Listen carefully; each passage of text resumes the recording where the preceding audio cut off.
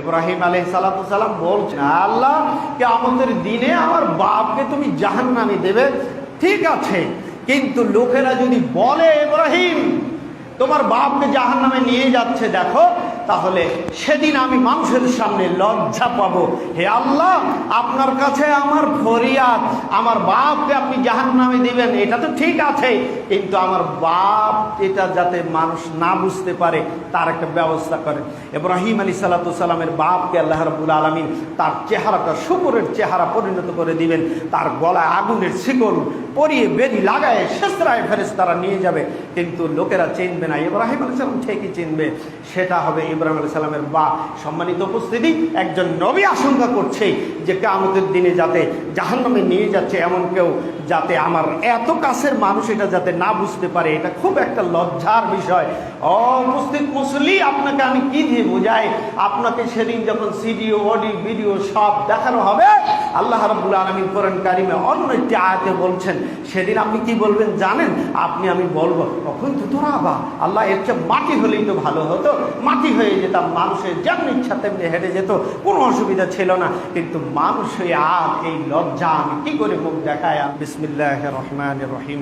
ওয়ালা আসর, সময়ের কসম। কেন আসরের কসম খাইলেন? ফজরের কসম কেন হলো না? জোহরের কসম কেন হলো না? এশার কসম কেন হলো না? আসরের কসম হলো কেন? রাসূল সাল্লাল্লাহু আলাইহি সাল্লাম বলছেন, মান তারাকাল আসর, যার জীবন থেকে আসর ছুটে গেল, আসর যে ছেড়ে দিল, আসর যে কাজা করে ফেললো, সে দিনকে ধ্বংস করে দিল, সে দিনকে ধ্বংস করে দিল।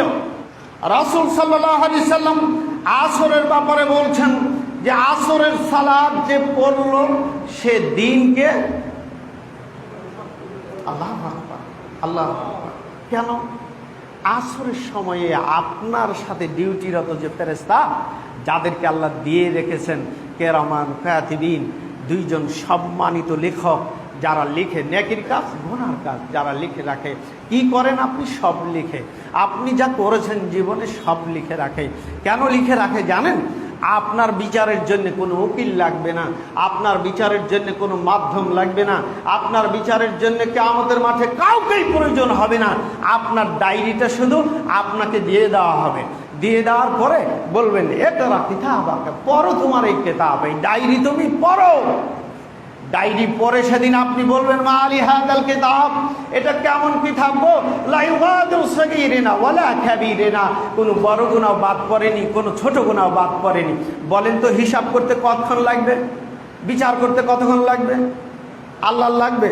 ফেরেশতাদের লাগবে? আপনি নিজেই বলছেন এই কেমন কিতাব গো, ছোট বাদ পড়েনি, বড়।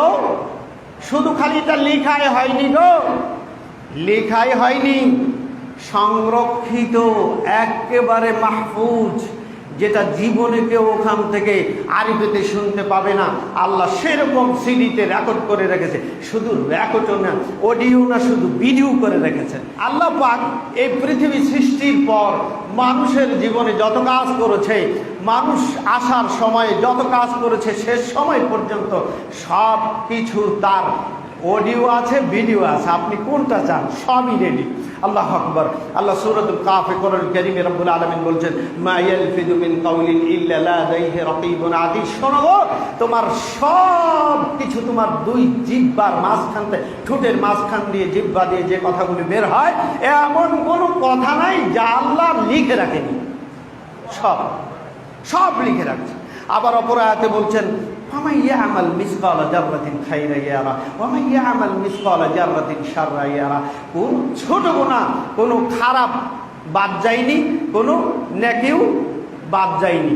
এই জাররাকে তাফসীরকারকরা বলেছেন একটা সরিষা দানাকে ভাগ করে যা হয় ৭০টা, ওটা অনুবীক্ষণ যন্ত্র ছাড়া পৃথিবীর কোনো চোখ নাই ওটা দেখে, কিন্তু আল্লাহর চোখে অনুবীক্ষণ যন্ত্র লাগে না, তিনি সবই দেখেন। আল্লাহু আকবার, সব জায়গায় দেখেন।